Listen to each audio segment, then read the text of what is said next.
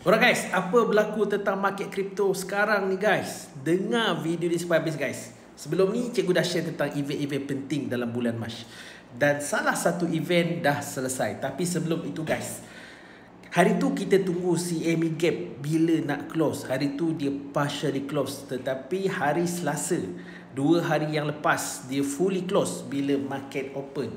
Betul-betul close, jatuh ke bawah, and then dekat situ banyak gila whale buat order, boom, rebound terus. Baik, bawah 80k banyak whale letak limit order kat situ. Diorang memang tengah menantikan sampai situ diorang sahut, sampai situ diorang sahut. Dan kenapa guys? Apa yang berlaku guys? So sekarang ni ramai menyalahkan Trump disebabkan dia punya extreme policy tu, naikkan tarif. Tarif ni benda yang bearish guys. Sebab apa? Sebab investor, orang kau kena faham investor ni is a institution ni soal businessman lah. Diorang mesti ada business apa semua dan sebagainya. So bila ada tarif, diorang akan bayar lebih guys. Yang akan tanggung bayar tax lebih ni adalah US punya citizen guys. So basically dia akan impact kenaikan harga lah, harga barang apa semua. So tax naik lah, lebih kurang macam tu lah. So benda ni bearish lah pasal tarif. So itu yang kenapa anda lihat pada bulan Mac ni memang market agak ganas sikit pada suku awal yang pertama, minggu first. Alright, sebab kita dah seminggu lah. Alright, kita dah seminggu dah plus dengan tarif, memang tengah bearish. Dan ramai tengah menyalahkan Trump dan bagi pesanan Trump kan. Dah lah tu tarif sebab kalau boleh reliefkan tax, barulah market cantik. Right, dan semua benda ini kerana Trump dia nak interest rate turun. Sebab korang tahu yang US punya hutang terlalu besar dan dia punya bayar interest tu, interest saja dah $1 trillion guys.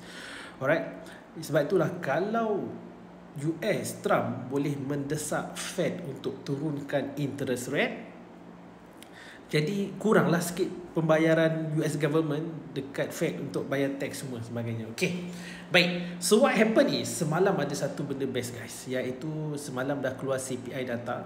So kita fokus 2.9%, turunlah daripada 3%, inflasi turun ke 2.9%. Tetapi guys, semalam result ada 2.8% guys. So memang apa yang Doge buat, reducekan cost, expenses company apa semua tu dan sebagainya.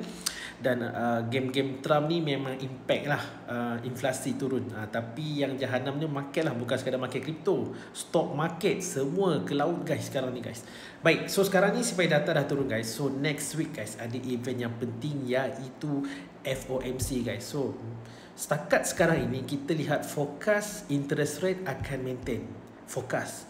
Tetapi kita tak tahu. Mana tahu CPI akan datang, dah turun. Mana tahu minggu depan kalau interest rate boleh turun, yang tu memang bullish dekat market.